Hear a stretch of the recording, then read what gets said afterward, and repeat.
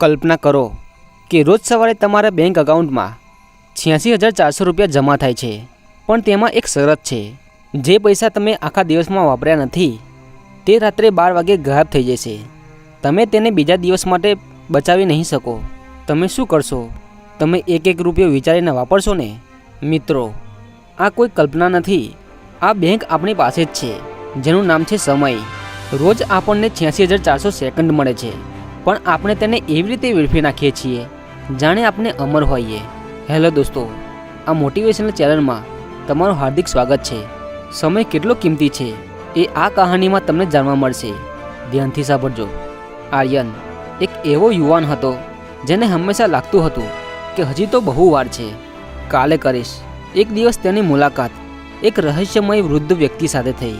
વૃદ્ધ વ્યક્તિ બોલ્યા, બેટા, હું તને અત્યારે જ 50 કરોડ રૂપિયા આપવા તૈયાર છું, પણ મારી એક નાનકડી શરત છે.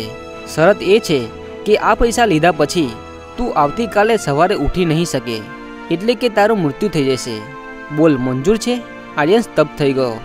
તેણે તરત જ ના પાડી દીધી. વૃદ્ધ હસતા હસતા બોલ્યા, એનો અર્થ એ કે તારા માટે આવતીકાલની સવાર આ 50 કરોડ રૂપિયા કરતાં પણ વધુ કિંમતી છે. તો પછી જે સવારની કિંમત કરોડોમાં છે તેને તું મફતમાં ભાવે આળસમાં કેમ વેડફી રહ્યો છે? તે વૃદ્ધે આર્યનને એક ચશ્મા આપ્યા. આ ચશ્મા પહેરતા જ આર્યનને લોકોના માથા પર ઊંધી ગણતરી દેખાવા લાગી.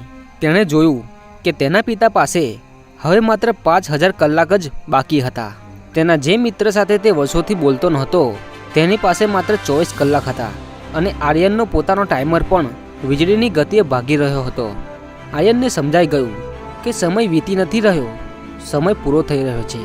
આપણે સમય એટલે નથી બગાડતા કે આપણે આળસુ છીએ, પણ આપણે સમય એટલે બગાડીએ છીએ કારણ કે આપણને ભ્રમ છે કે આપણી પાસે હજી બહુ સમય છે.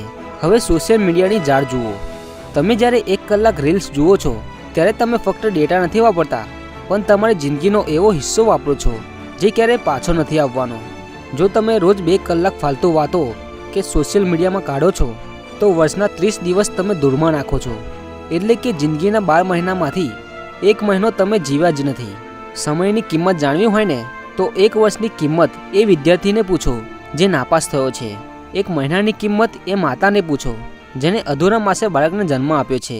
1 સેકન્ડની કિંમત એ વ્યક્તિને પૂછો જે અકસ્માતમાંથી માંડ બચ્યો છે.